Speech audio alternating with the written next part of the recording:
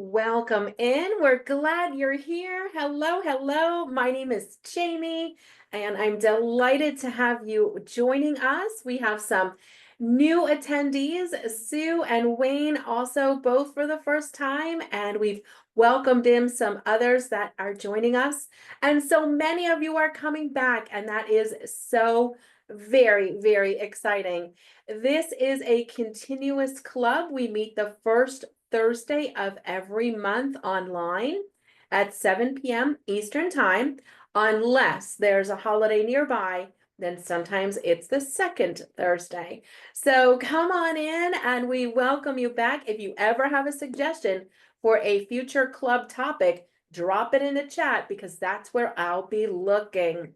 So this is a webinar, which means you can hopefully see me very well, but I don't see your video. I do, however, see the chat if you want to utilize that, but it's totally optional.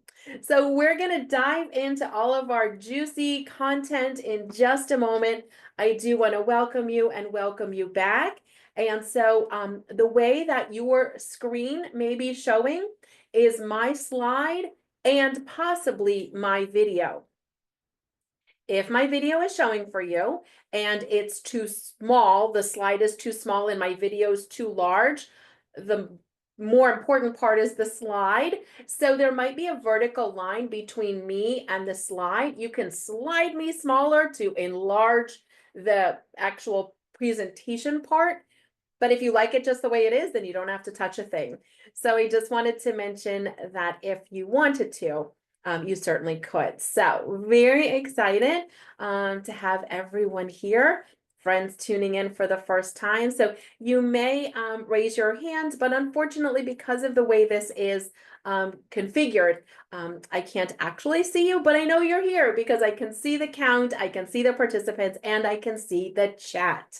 So let's jump in. It is April, and that means it's time for our April Declutter Club.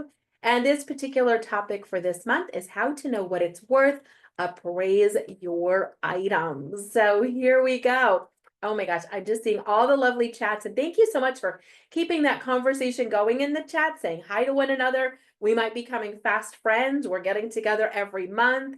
And my name is Jamie Novak. I'm the author of multiple books on organizing, including Keep This, Toss That. And part of our presentation comes from the book, available at the library or wherever you get books, and it's written in checklist format. So if you have a copy, you can pull it out, and we're really going to be working from the appraisal part, the treasures part, and we have a friend tuning in from China. So thank you so much for tuning in. We're delighted that the library makes that possible because it's virtual, and we do thank the library for that and everything else they do for us. So this is our April Declutter Club. We're back together again. It is my favorite evening of the month where we get to come back together, and I do hope we're going to see you next month as well. So let's jump in, because when everyone, everywhere, all at once is finding some things that they maybe aren't using and loving, they're in their curio cabinet, their attic, basement, garage, treasures from years gone by, and you're like, oh, you know what? I'm decluttering and I don't think I need this anymore. So maybe it has some monetary value. Of course, sentimental value is a whole other kind of value. But when we talk monetary value, you know what? Maybe I could sell this. And then everyone, everywhere, all at once is maybe downsizing because of a certain age range. We're like, you know what? I want to thin out. Maybe there's a next generation in your family, children, nieces, grandchildren, and they're like, yeah, no, don't want any of that stuff. And so you think maybe I can sell it. So what happens is, with all of us doing it all at one time, we're flooding the market. We are flooding the market. And when that happens, sometimes the value of things really drops down. And there's not always the same interest and passion for things as there has been before. So this is the challenge. And so as we're talking about this in our time together, I absolutely love that so many of you are checking in to say what you've done since last month. And that is one of my favorite parts of getting together because it's that accountability. I will do this before next month, and then you come here and say it in the chat. And I love when you check in about that. And I am cheering on all of your wins as if you joined us last month, you're posting what you did in the last few weeks. So yay, go you. This is so very exciting. I thought we'd begin our time together talking about the endowment effect. This is a real effect that's been studied, not by me, but by others. And it says where people place a higher value on something they own compared to an identical item that they don't own.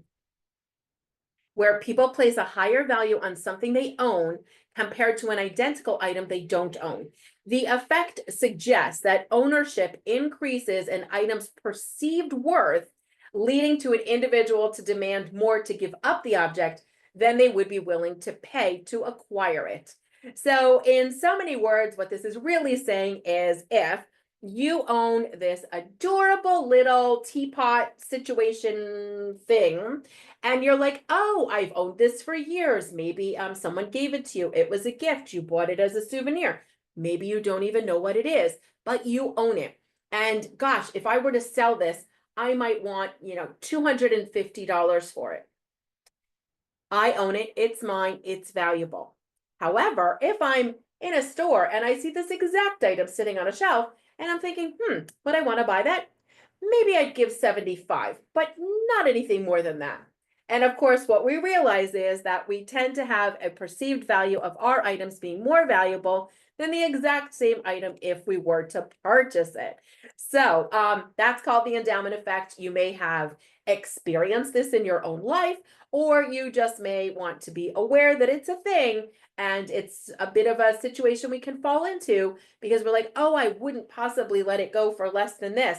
But then would you really buy it for that? So that's what the endowment effect says in sort of a short version of it. And I wanted to share that with you as we get started, because how do we know what something is? So if we just need to identify it because we don't know who made the teapot, what piece of jewelry that is, or how do we know what something is worth? And that is what we're going to answer during our time together. So I have a variety of ways for helping to identify what something is, and they will, except for I think one, they will all be free. And of course, our awesome library is a great place to start because there are research and reference books that you can look things up in, like spoons and Depression era glass and all sorts of things. However, the library is not open 24 hours a day as much as we wish that it was. So sometimes you're home and you need to do a little research, and I'll show you some easy ways to do that. So how do we know what something is to identify it, or how do we know what something is worth, and how can we get it somewhat appraised, at least a general beginning of an appraisal for free? So towards the end of our time together, if you have a device available like a phone or a tablet, we'll have a little activity that you can follow along with. If that's not available to you, don't worry. You don't have to have it. The step is, I think, easy enough that you can do it after. Or if you're joining us from the device and you can't follow along, don't worry. Don't stress about it. It's totally fine. Okay. So you might be thinking eBay. This is the one I hear all the time. Jamie, I could just look my thing up on eBay and see what it is and figure out like how much it's going for. And yes, you could for sure. But there is a little trick when it comes to doing your online research on eBay. The first thing I'll say is that if you're going to be doing a little research about your item on eBay, I would just envision like flashing warning lights and like warning signs and big exclamation points and like, whoa, hold on. Because what can happen is once we log on to eBay, do you know where I'm going to go with this? Let me know if you think you know what I'm going to say in the chat. If you log on to eBay intending to do research and instead we end up, who's going to say it in the chat? It begins with an S. Did you guess? Shopping? We end up shopping on eBay. Who guessed it? Let's check in. If you know me well. Yep. So Here's the challenge. Now, Ellen's going, nope, not me. I won't. But certainly for some of us, it would be a little too tempting. So if you own this cute little adorable Beanie Baby by the TY company, I knew it was named Seaweed because the one that I have has the little tag. Its name is Seaweed. Adorable, right? And so if you went to eBay, like many people do, and I have done in the past myself, you log into eBay and you type in like Beanie Baby, Seaweed, and then what comes up? Well, here's one for $280, $199.99, $500, $300. These were the first 4 results that came up when I searched this on eBay, which would lead me to believe that I have hit the jackpot. My Beanie Baby in a similar condition could sell and possibly has sold based on these results. But here's the really interesting thing. When we do a little tick box to filter the results, which is probably the most important part when you're doing some research on eBay, over on the left-hand side of the screen, when you do your search under Show Only, you're going to see sold items. And I would love for you to just tick that box, because when you do that, what will happen is it will filter the results from being all the results to being, you guessed it, just the sold items. So now my Beanie Baby at $500 has dipped in value just a smidge, and we see that one sold on April 3rd for $11.99. One sold on March 31st for $2.03 plus almost $5 in shipping. One sold March 31st for $9 with free shipping. So sort of similar, right? When you do sort of that math. So this will give us a much more realistic view of what things are currently selling for on eBay, because as you can imagine, you can list almost anything, not anything, but almost anything on eBay for almost any price. And so if I wouldn't give mine away or sell it for under $1,000, I could list it for $1,000. And if someone wanted my exact one, even though it's identical to the one that sold for 99 cents, then they'll pay me $1,000. So we need the person that's willing to buy something at the time they want to buy it to pay the price that you're willing to let it go for. And we need that match. Without that match, there's no sale. So eBay is a popular place to do research. I wanted to mention it right away. I don't know if you would sell there or not, but for our purposes this evening, in terms of looking at appraising things and seeing what they're currently selling for, we'll just look at that one more time. I'll pop a slide back. Here we go. Show, sold, show only, and then sold items. Sold items. And that will give you a much clearer picture of what's truly selling. And here are the real numbers. Now, if mine had something very unique about it, or maybe it had been signed, or there had been a limited edition, or they had accidentally made this seaweed with the wrong material, which has happened for some of them, then that would be the one that would sell for possibly a lot more if there was a buyer willing to pay the money for it. So it's always tricky like that. All right, so that's a little bit about eBay. So I thought I would share with you just some other places that you might not necessarily think about or know about for getting some items looked at, possibly given you, what they think, as an expert in their particular field, what they think it might be worth, or what, if they're in the know about their particular field, they'll be able to go ahead and see that. So that would be really helpful. So it would be something we'll consider, and an art gallery. So if you had some sort of a painting, there are art galleries across the country. Even if the art gallery isn't in your town, you'd be able to call them and say, hey, I found this in the attic. It looks like it has a signature similar to, some of the pieces that you have displayed there. If you know who, painted it or created it, there may be a gallery specific to them. You can reach out. The people that work there are passionate about the art and maybe that particular artist, and they're going to be in the know. And they could say to you, oh, but look on the back. Does it have a signed thing? Does it have a number? Oh, do you want to, tell us about it? You could send a picture. We could tell you more about it. So this would be a way of just getting more information. For example, if you had train sets, like, the like mostly meant for children, but adults tend to collect them. So, the train sets, maybe they're electric, and they've got the tracks, and then maybe they even have like different pieces. Well, there's a gentleman in Tinton Falls, New Jersey, not too far from where I am. He's in Tinton Falls, New Jersey, and his website is The Train Doctor, and he just loves trains. He has a whole warehouse of trains. He like talks about trains all the time. He loves trains. And so we have found a very passionate collector of trains who buys and sells trains, who also really knows the train market these days.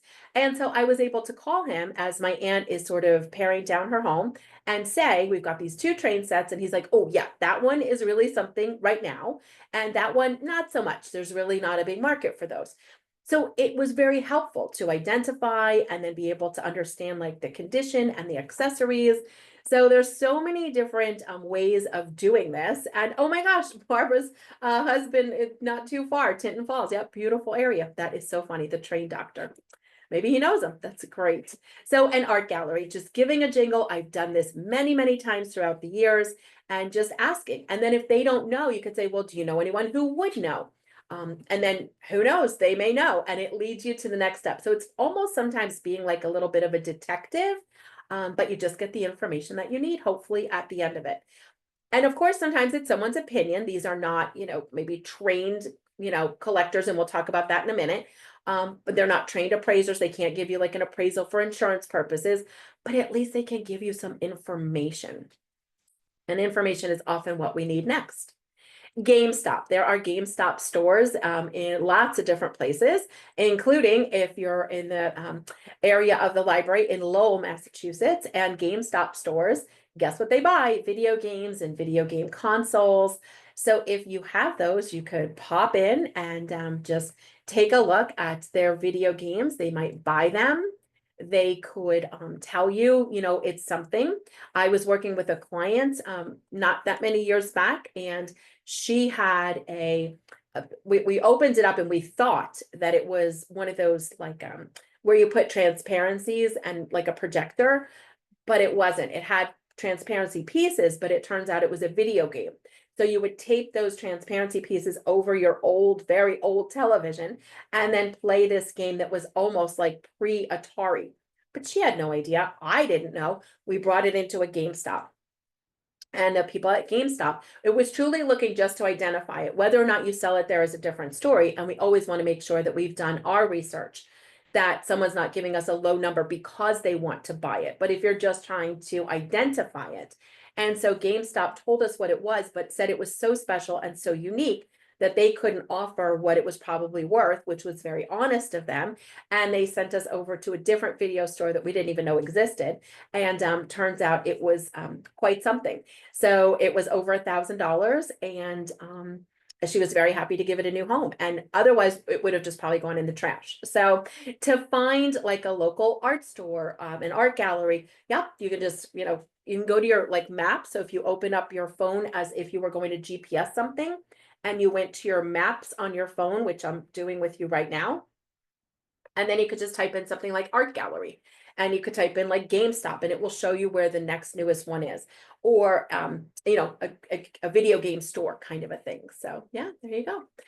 If you are doing the eBay thing and you're not seeing that drop down bar, it may look like you have to, there's a plus and a minus, and sometimes it doesn't open until you push the plus and the minus above show only. So, or next to show only. So give that a try and see how you make out. And if you're looking to appraise books, if you're wondering, does this first edition signed copy, does this special book have like some monetary value these days? You can check out biblio.com or abebooks.com. Sometimes I look at both because one might be a very different number than another. So you can go ahead and check that out. Biblio.com and abebooks.com for some books. So you may have some special pieces, some special books, first editions. And just because it's a first edition doesn't mean that it has significant value. But what's shocking to me was like some cookbooks, like a very old Fanny Farmer that my mother had that we used like the whole time in childhood. It was like $795, like true sales of them, not just like someone listed it for that. So it's always sometimes surprising, and you just might, hit the jackpot. So Biblio and Abe Books.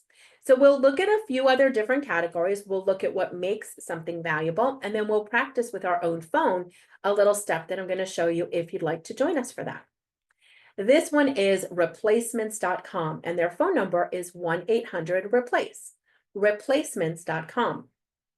So let's say you had broken a gravy boat that went to your set of dishes.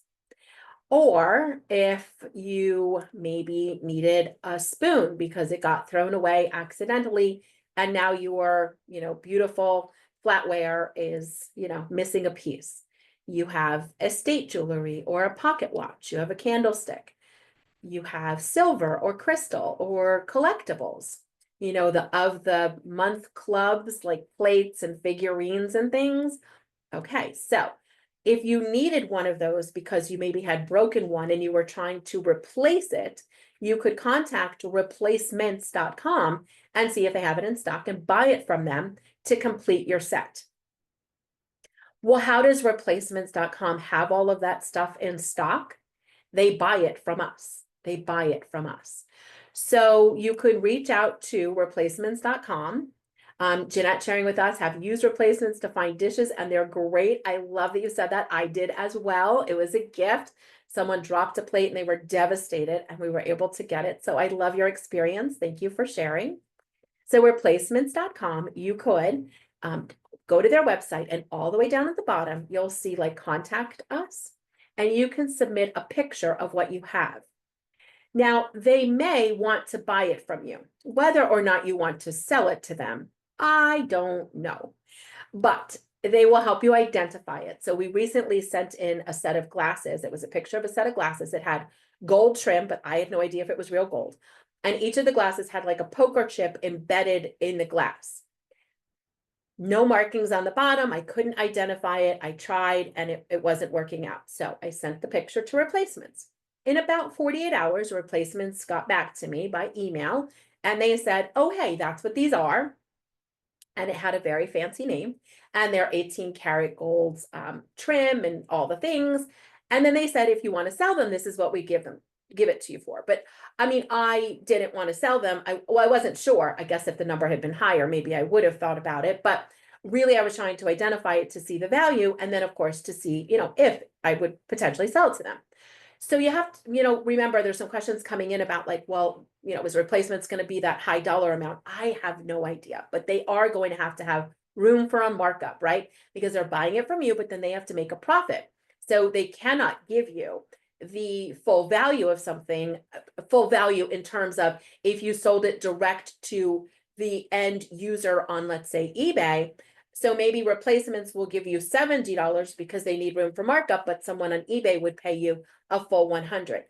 I don't know. I would say that replacements would potentially be an easier sale because it's a guaranteed sale and it's going to replacements versus selling on eBay where someone could say, oh, it was broken in transit. So lots of, different things. When you get your response from replacements, it will tell you all the things that you might be asking about, like, but they do pay up front. It's an outright sale. It's not like they're listing it for you it's not like they're consigning it for you. It is an outright sale. So estate jewelry and pocket watches and all the things that would come out of like your hutch in a dining room and collectibles and all sorts of things. So replacements.com. And if you're enjoying the presentation, I certainly hope that you are. I just want to remind you that we do have some upcoming. It's the first Thursday of every month, except for July because it's too close to July 4th. And so these are our topics, and we hope you'll come. Of course, you can always check in. And if you're working during our declutter time, which I know some of you are, you're using this hour to sort of listen, but also sort something out. And so I love that we're getting things done during the presentation, plus we're getting together, plus all the things. So you can go to the library's website to register, and you can go to jamienovak.com. So you're going to pay to get the items to replacements and declutter. Declutter, Declutter, declutter.com. So So no E before the R is correct. Declutter, Decluttr.com. They buy CDs, they buy DVDs, they buy Blu-rays, they buy video games, video game consoles, and they buy some books. They also buy some electronics. So you could contact them. So you go to declutter.com, you type in what you have. They'll tell you if they want to buy it. It's again an outright sale. And then you ship it to them. They pay the shipping. And it's your padded envelope, but they pay the shipping. And then they can pay you by check or another method if you're comfortable with another method, but you may prefer a check. So declutter. And this would be a way of, putting in your CD or your movie or your music and seeing like, oh, that's 50 cents, $5, $7. I don't know. And often it depends on like what they have in stock. So that's the challenge. So if you've got some like old wrestling DVDs or something else, stay tuned. We're going to take a look at how we can identify them for some potential value as well. And shoes and clothes and handbags, if you have luxury, like designer brand names, you can contact The Real because they'll have like a Zoom meeting with you to authenticate the item and then tell you what they could pay you for it. This could be a consignment. They might buy it outright, but even if you're not sure you want to sell it, they can help you figure out like what it is it authentic? And if it is, sort of what that going number might be. So, it's a good question about Declutter. Do they expect the CDs and DVDs to be scratch-free? I don't think scratch-free, but they would expect them to work. I'm assuming they're going to check that on their side, but scratches don't necessarily mean it's not going to work. But if it skips, then that's probably going to be a no. So here are some things that can make something valuable. And of course, we never know for sure. We never know for sure. So the rarity of it, it's a limited production, it's discontinued, it has errors or misprints. So that can make something valuable. For example, there are some Beanie Babies and on their tag, there's a misprint. Do you have the one with the misprint that makes it more valuable to a collector? Or is it just the regular one? But again, we need the person that thinks that they want it for the price you're willing to sell it for. What else can make something valuable? The condition of it. Mint condition, which means new in box, it's never been unboxed, it's still sealed, original packaging, original documentation. And then we can look at if there's been no restoration to it, which is why you'll often hear, please don't clean things like coins or jewelry, because sometimes that patina is actually what makes it valuable. And by us cleaning it off, we've just cleaned off all of the value. So what can make something valuable? The condition of it, which means if you're holding on to something, hoping that the value will come back around, you have to be storing it in a climate controlled space, not too hot, not too cold, not too humid, not in direct sunlight, not crushed by anything else. I mean, there's a lot of requirements for storing things for potential future sale. The popularity and demand of it. Does it have cultural or historical significance? Is it trending? Are there interests? So, for example, when the Barbie movie came out a few months or years ago, Barbie was very hot at that time. If you had older Barbies, newer Barbies, anything Barbie, it was like all Barbie. And then, I'm sure there's still somewhat of a market for it, but maybe not as much. So, but it might come around again if they make another Barbie movie, but who knows? And will you keep the item until then? I'm not sure. Only you know the answer to that. What else can make something valuable? It's age, and again, age due to historical significance. So from key historical periods of time, association with important events. And this is where you might say, oh, great, I've got a magazine. And on the cover, it was something like very historical and momentous. But if everyone has that magazine or no one really wants that magazine or your magazine is in imperfect condition, then that can all affect the potential value of these items. We'll look at just a few more and then dive back into some resources. The authenticity of it, the provenance. Do you have a certificate of authenticity? And I don't mean just the one that like when you get a collectible like the plate of the month club, and then it comes with like that little certificate of authenticity. I'm sure that's lovely, but if many of us were members of that of the month club and we all got those plates, then there's just so many of them. So even though it may have been given a number, this is number 1,000 in 10,000, that were ever made, but that's still a lot made. And so there's a lot out there. So well-documented history or verification or grading by an expert agency. So if you need that, one of the places you can contact is appraisers.org. It's the American Society of Appraisers. There are others, there's other societies. So you would, do your own research and due diligence to make sure that this is a match for you, but you would be paying out of pocket. I would expect when I worked with one, it was about $100 an hour. I don't know what someone would charge. It might depend on, is it virtual? Is it in person? What paperwork will you want? Do you just want them to tell you? Do you want a certificate of authenticity? Especially if you need one for insurance purposes or if you're going to be selling something.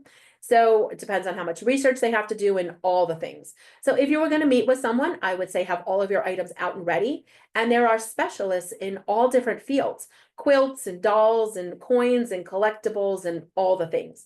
So you could meet with them, but that is going to be a paid out of pocket experience for us because, that's their business.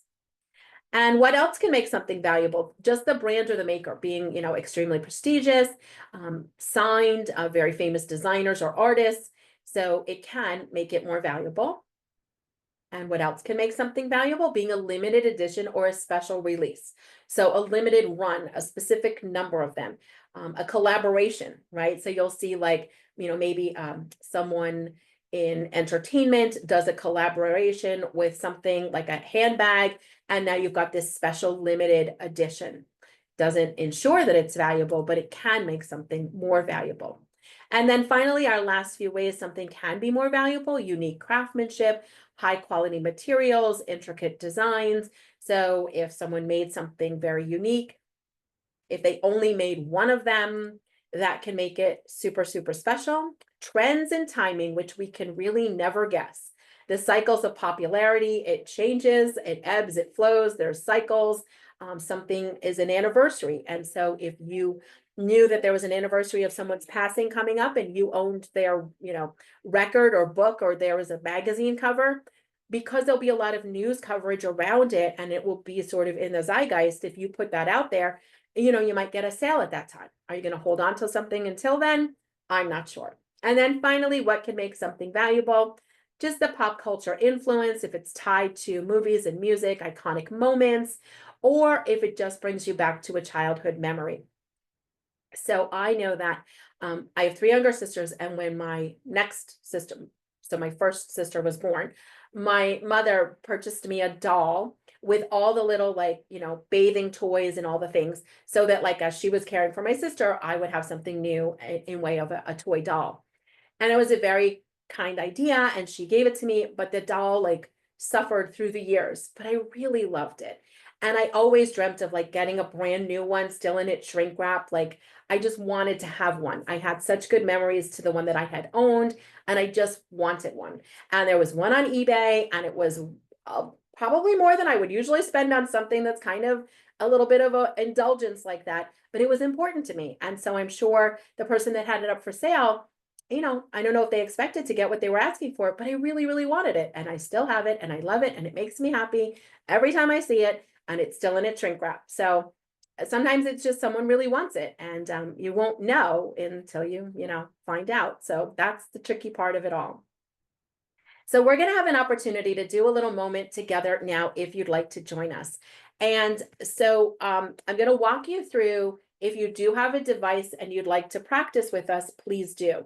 There were a lot of questions that rolled in the chat and in the Q&A. I think this will answer a lot of them, but while you're practicing with us, I'll make sure to circle back so that I don't miss anything, because I wouldn't want to overlook your question. So we're going to practice with Google Lens. Now, Google Lens is on our Android devices if you're an Android user. If you're an iPhone user, you may not have Google on your phone, but there may be a workaround, or you may feel comfortable using the Google app. I want to remind you that Google Lens is free. So if you get somewhere that says, buy something, pay for an app, do something, that's not correct. And I would just go back to your home screen or turn your phone off and turn it back on.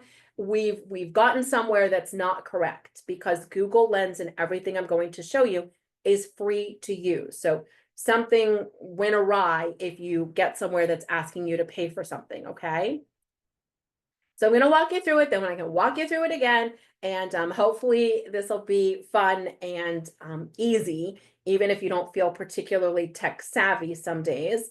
You're probably, faster with the tech than you might give yourself credit for. So we are going to want to get to Google. So you can follow along, but we'll do this a few times. So don't worry if you feel like you're a little bit lost. So on my phone, and I can show this to you on the screen, I have Google right there. See Google? And then the search bar. And the search bar looks just like the one that's on the screen. Really what we need is that little square in the corner. It looks like a camera lens. So it's a square with a circle. It's meant to indicate like the front of a camera. That is Google Lens. It's usually next to the microphone. We don't care about the microphone. We care about the little square.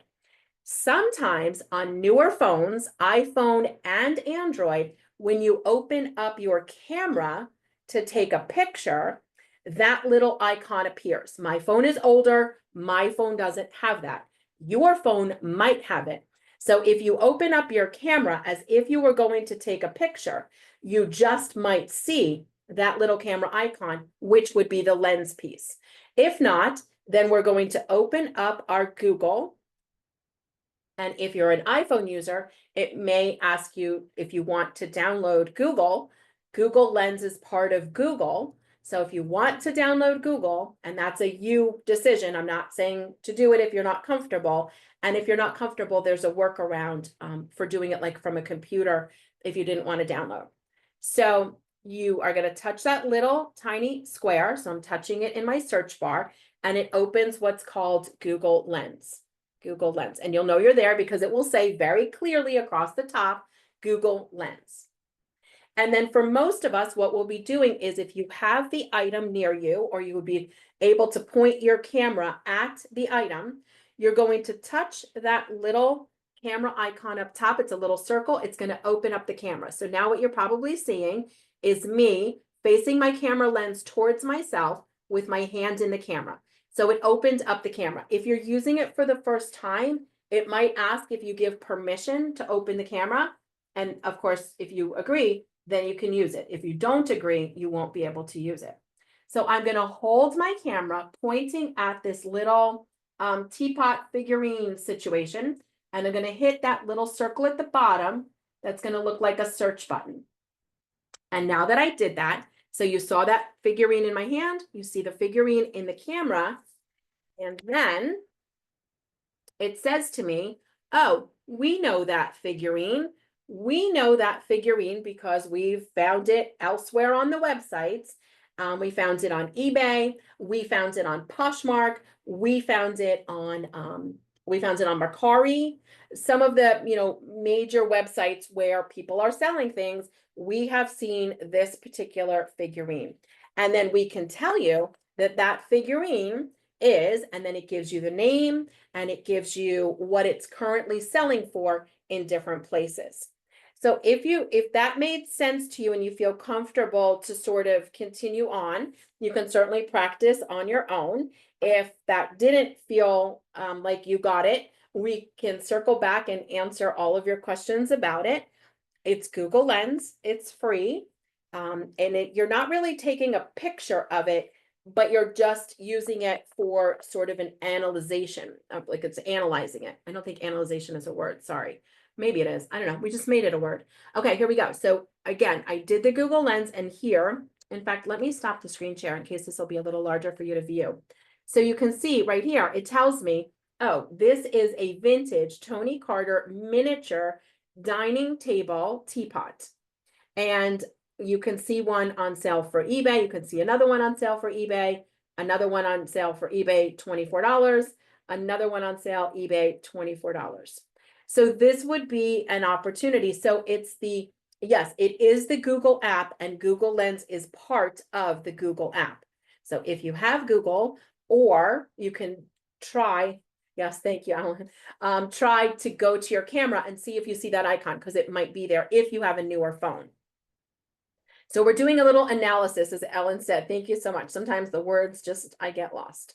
All right, so if you don't know whether you have Google or not, then we can look at like your phone. And if you just scroll through the apps, you'll know if you have Google because you'll see the Google G. So I'll put that back on the screen so you can see what that little icon would look like. So if you have Google, you're going to see the Google G icon, which looks like this.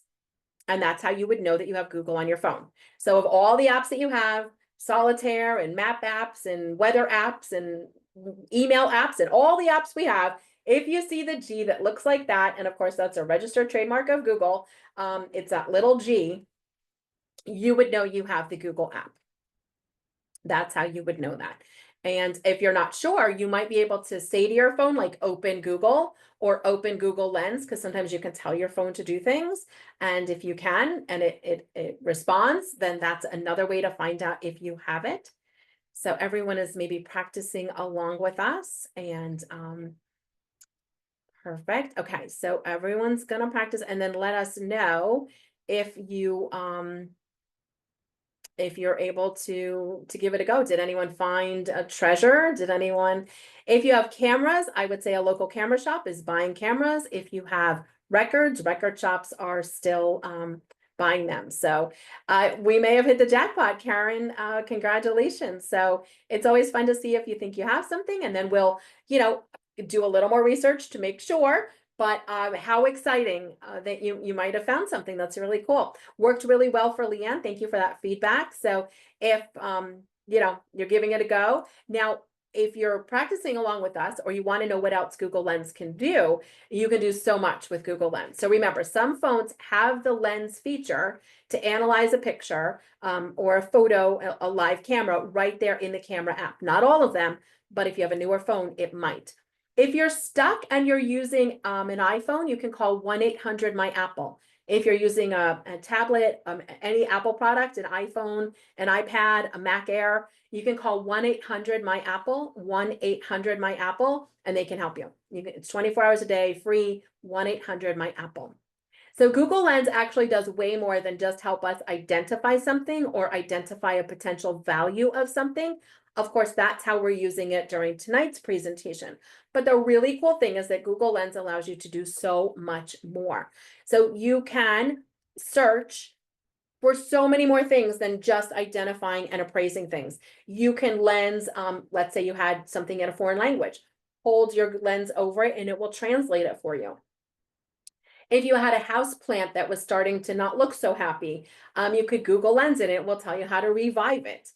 You can identify flowers on a tree or trees by their leaves, bugs and birds. You can identify dogs. I guess cats too. I don't have one, so I didn't try it. Shoes, like if you're like, oh, where did you buy those shoes? Google Lens them. It'll tell you where to buy them. And so much more. My sister needed a piece for her oven. So she Google Lensed it and she was too close to her oven. So Google Lens thought she wanted to know information about cockpits in an airplane because it had all this, signatures and the numbers and the digital numbers. So then when she stepped back and got the whole like oven, then they knew, oh, we don't want the, airplane cockpit. You want the whole oven. And then she knew the make and model and she was able to order her piece.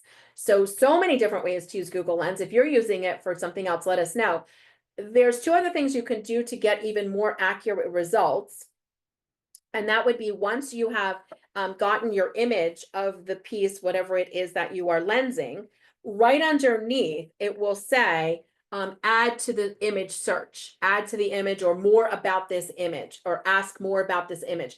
So if you knew that you had purchased it on vacation in a specific state or country, you could put that information to help Google narrow down the results of, you don't want me to look all over the world, just tell me this. If you knew the year of something, or if you knew the make of something, but not the model, you could help Google give you even more accurate results. Now, we just practiced this, opening up our camera lens and pointing the camera at something specific. If you didn't have the item, if you had a picture of the item, when you go to Google Lens, instead of the camera turning on, just choose from the pictures down below. So if you had recently taken a picture, so I'll practice that with you now. I have my camera open. I'm going to take a picture of this item. So I'm taking a picture right now. And so now I can show you, I'm not holding the item any longer. I just have the picture right here in the phone. So I've taken the picture with my camera.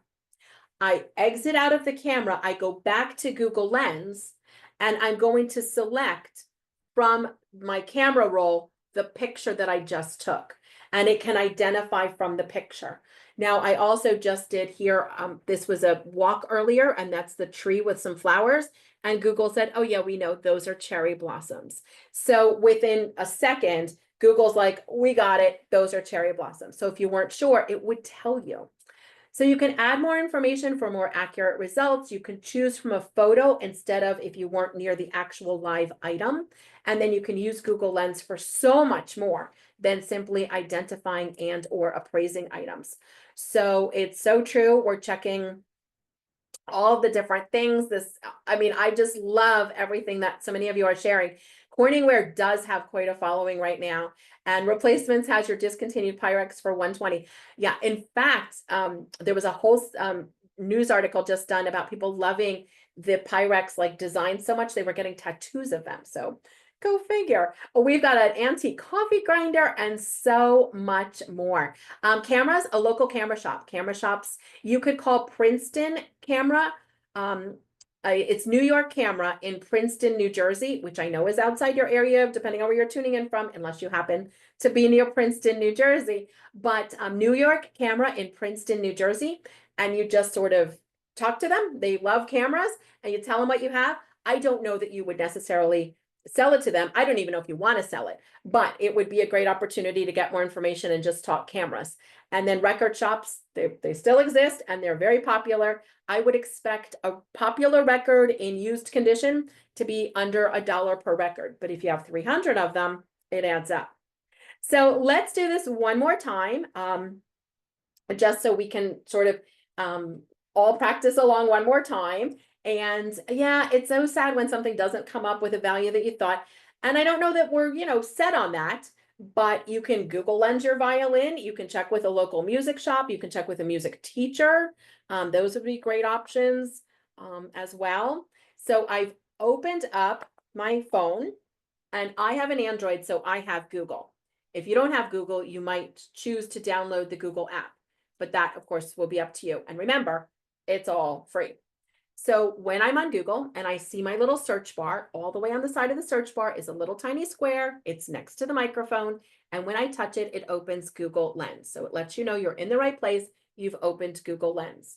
From there, you could select a picture from your camera gallery if you wanted to, or you could go ahead and click the little circle in the black box. It opens up your camera. You might need to give it permission the first time, just so that it knows you agree. We point our camera at the specific item. So we're pointing the camera at the specific item. Give it a clean background. Like if I pointed it against here, it would be very difficult for it to read. So try to get, a good background without too much clutter. And so I took that I snapped it. So I pushed the little circle to analyze. And then instantly Google went, oh yeah, we recognize that. That is and it tells you what it is. It tells you what it is. And so it's the vintage Tony Carter miniature dining table teapot. Florence, you can sell old records to record shops. So just go to your Google Maps. So if you're looking for a camera shop, you're looking for a record shop, go to Google Maps like you're going to GPS to somewhere.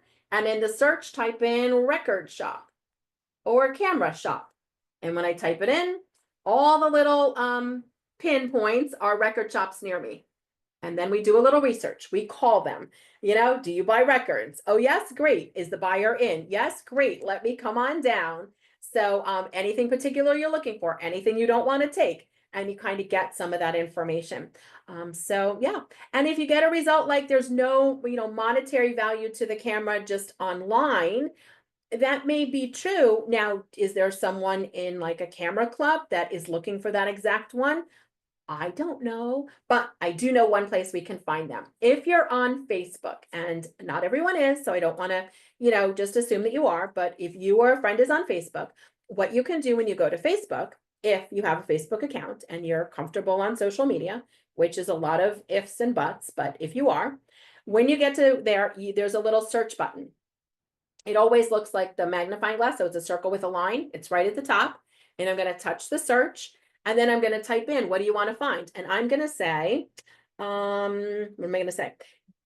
Barbie groups. Okay, Barbie group. Got it. And then what happens? All the groups come up. There are multiple groups on Facebook for Barbie. There's Coca-Cola and Cabbage Patch Kids and model horses and McDonald's, toys. I mean, it's just all the things. And so you can find a group, you can join a group, and these are enthusiast groups. These are enthusiast groups of people that they are passionate about this particular item or collectible or whatever it is. And then they'll help you like figure out what it is you have. And so it's really exciting, I think, if you're interested in doing a little research. So that is a few hints for Google Lens. So you've been trying it with us. Please continue to try if you'd like to. Hopefully we're getting you over any hurdles. If you're stuck, 1-800-MY-APPLE if you're an Apple user for iPhones or iPads. If you can pop over to a library, oftentimes there's a very talented tech librarian that sometimes you have to book an appointment with them. Sometimes you can just walk in and they'll be like, hey, this is how you do it. Google Lens, boop, boop, boop, write down how they did it, and you'll be all set. So VHS tapes, the ones that are like still in their shrink wrap for recording onto, high value because they don't really make them anymore. Commercial movies and things like that, not so much. But that being said, some of the red label ones by Disney have a really big following. So there's a lot to be said here. Sure, Cheryl, here's the book. It's Keep This, Toss That, published by Reader's Digest. And it is written in checklist format to make your life easy. So Keep This, Toss That, published by Reader's Digest, available wherever books are. Anne said she used the Electrolux vacuum enthusiast group. Okay, first of all, didn't know there was such a thing, but now I guess it doesn't really surprise me. That's pretty cool. Way to go, Anne, because she really needed that specialty part. And that's exactly where you're going to find some of these things, or who to sell it to, because if they're enthusiastic about it, they might just be interested in buying it. So thanks, Diane. Appreciate that. Bills and coins. Julie, you can do the same thing. Google Lens them. The challenge is you'd have to go through each one of them. So that is a challenge. Yep, Susan, great idea. Pop into the library or call 1-800-MY-APPLE. Stay tuned if you have coins and cards. I have an idea for you. Costume jewelry, or just jewelry. So costume jewelry or jewelry. I wouldn't take it into a chain jeweler like you might see like in a mall, but your local town jeweler, the local shop, right in front of you. They don't take it to a back room, right in front of you using the little loop. They'll tell you what it is. If you go to a chain place, they're usually going to charge you about $100 to appraise it. And they often take it from you and send it out, which personally, I'm not interested in. But just a little local shop, pop in. They bring out their little jeweler's loop and they can tell you, white gold from not white gold, amethyst from, just a gemstone. And we just did this with my aunt, who I mentioned is downsizing. And we thought that she had a diamond, took it in, turns out it's an aquamarine. Under the beautiful lights of the jeweler, we could tell then it was a very faint aquamarine, but at home we just thought it was a diamond. So I hope that's helpful. Yeah, so many cool things. All right, so jewelry, don't let it out of your sight. Keep it right in front of you, a trusted local shop, and probably not a chain, and it should be free. If it's not, I'd be skeptical. If you have comics or art cells, if you have these types of pieces, you can check out Comic Connect, comicconnect.com, Comic Connect. And Antiques Roadshow. Has anyone ever said you should go on Antiques Roadshow? Have you ever wanted to go on Antiques Roadshow? I guess this is our own sort of version of the Antiques Roadshow, but that's their phone number and that is their email address if you wanted to reach out and ask when they're going to be in your area, if there's an opportunity to get on the show. So that is the Antiques Roadshow information. I have a friend that got on Antiques Roadshow and they gave her like her little clip, and every so often we play it, and it's just so much fun. All right, and stamps and coins and cards, Stacks and Bowers. They have different locations across the country, but again, they know, right? You call and you're like, I have this, and they're like, well, of all those pennies, look for these. Of all those stamps, look for these. The challenge is that the coin collectors, the stamp collectors, of maybe, you know, a time gone by, there just really isn't the enthusiasm for those right now. And so that's a challenge. So there's not really a big market for it, but when you find that one person that wants it, you're all set. Oh, Julie applied. Maybe she can reapply. Oh, darn. That would have been fun.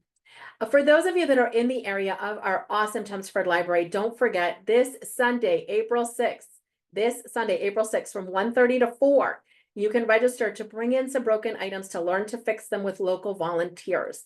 And if you are great at fixing stuff, you can be registered to be a fixer. So we would love to have you join us. There's the information there. There's the phone number. So if you're in the area and can come to the clinic to fix something and or maybe you can be a fixer. We love to bring these old things back to life, and we don't have to buy them anew and then dump the old one in the landfill. So thank you to all the fixers, and please join us if you can. In addition, our awesome library has a library of things, and your library may have a library of things. And so the library of things allows you to borrow them from the library. And this is just a handful of things that were listed that you can borrow. Like instead of buying an ice cream maker, borrow it, make ice cream, and then return it. So comicconnect.com is what you want, Beatrice, comicconnect.com. Diana, I didn't say anything about the Kennedy $50. So that I don't know, unless someone else said it in the chat, but that wasn't me. All right, and remember to get a library card or renew. So if you don't have a card, whatever your home library is, we do hope that you'll sign up for the card and make sure everyone in the household has one as well. Libraries are just the best, the absolute best. So do join us, mark your calendar. We'll be here again May 1st to stop procrastinating. We're going to do a little digital decluttering on June 5th. July 10th is files to piles. It's all about what papers to keep. If you want to sell your stuff, in fact, maybe you found a value and now maybe you're thinking of selling it, we're going to look at that. And then of course, we've got a few more coming up. So we cannot wait to see you. If you want to set yourself a goal between now and when you join us on May 1st, this would be the time to do it. If you don't like that kind of pressure and you didn't know there was going to be homework, don't worry, you don't have to do anything at all. But we do hope that you'll register and join us again on May 1st. If we're meeting for the first time, you can follow me and stay in touch at jamienovak.com, where you can see a full resource list, sell, appraise, donate, recycle, all the things. And it's right there on the homepage. There's a free printable tidy up calendar, and every day I give you a tiny assignment. Every Monday, there's a new podcast. There's about 400 of them now. So please do join me there and we can stay in touch between our presentations. So some of you are getting ready to log off and go do all the things. Let's pop into a few Q&A moments as we are wrapping up. I want to thank you so much for taking an hour out of your evening and spending it here with us. So I hope this is really, really helpful. All right, what is the name of the train place in New Jersey? It is The Train Doctor. The Train Doctor. All right, and if you get anywhere where it says to activate an account, to put in a credit card, that is wrong. Do not do anything like that. Everything I shared with you is free. Do not give your credit card to anyone. Nope, that would not be correct. I'm so glad you asked about that. We have our upcoming days. Yes, flower identifying. So if you had a flower and you wanted to know what it was, or a plant in the yard, so that might be really helpful. Yep. If you are going to use replacements, I would check with like a local UPS and see if they had like a, ground delivery that wasn't too expensive. Barbie dolls to see, I would say, Jennifer, head over to like, an enthusiast group on Facebook for Barbies. They can probably tell you pretty much fast, unless you wanted to look each one of them up, which might take some time, but it can be fun if you enjoy it. So hopefully that's helpful. All right, and old coins and bills, again, Google Lens, also Stocks and Bowers. So hopefully that's helpful. An old Macintosh computer. Oh, that's so fascinating. So yeah, I don't, that one's tricky because selling it and then shipping it sounds like a really challenging thing. And to get it there in its same condition, that might be the kind of thing that like a tag sale or a yard sale would be great. The enthusiast group is on Facebook. So if you have a Facebook account and you go to Facebook, you can check, there's a little search button. It's the circle with the line like a magnifying glass. And then you'll be able to put in what you have, Barbies or model horses or anything else, and you'll find a group you can join, and you're all set. Oh yes, great ideas. I'm amazed with all your wonderful ideas. Thank you everyone for sharing in the chat and just being a part of this, all of it. It's just amazing. All right. So we were appraising today. We weren't so much selling. Our upcoming presentation about selling is coming up on, hang on, where's our selling date? Oh, August 7th. So if you want to appraise some things and figure it out for our presentation on August 7th, I do hope that you'll be able to join us. Of course, if you needed more sell information in the book or at jamienovak.com. And for those of you that were having trouble finding that show sold only button, that'll be the last thing I share with you before we have to say goodbye for the night. And boy, I hope you had as much fun as I did. And I can't wait to hear what you do before now and, between now and next time we get together. So on the screen in just a moment, hopefully you'll be able to see. This is that where I searched Seaweed, the Beanie Baby.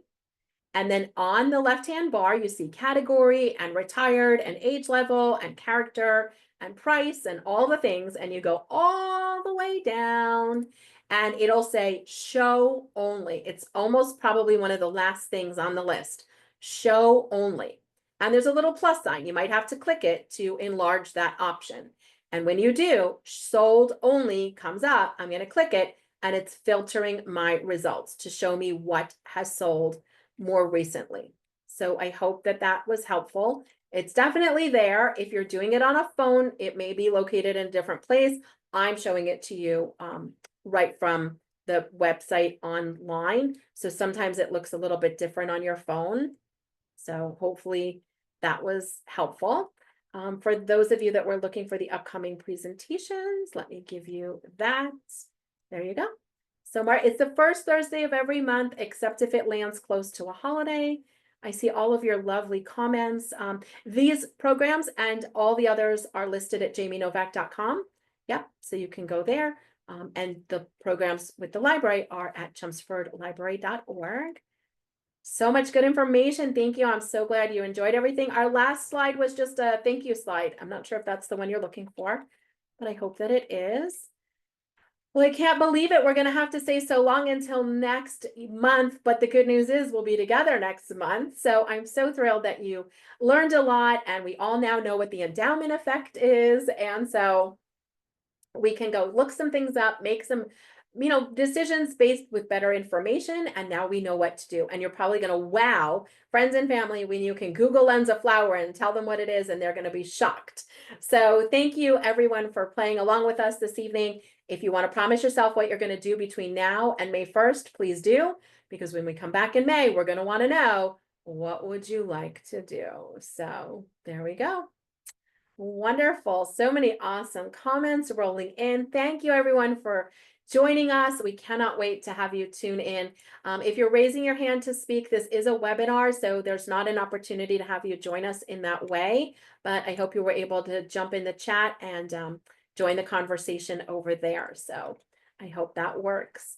Thank you. A big thank you to the library, all the staff at the library that make these programs possible and all the other ones. So there we go. Yes, Joan's going to stop paying for her app and use Google for free. We love that. We've saved everyone money. Yay. Well, we're going to have to say so long, but thank you again for tuning in, and we will see you on May 1st. And that is when we are going to learn how to stop procrastinating and get things done. We'll see you then, everyone. Have a lovely rest of the day, a happy April, and we'll see you on May 1st. Be well, everyone. So long.